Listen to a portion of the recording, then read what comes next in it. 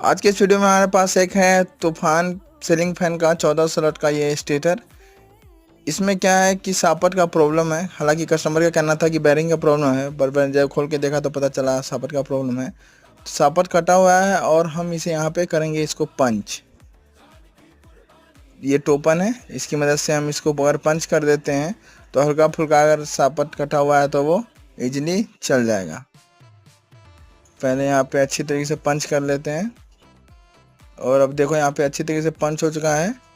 और अगर इसे अब चलाएंगे तो ये आवाज़ नहीं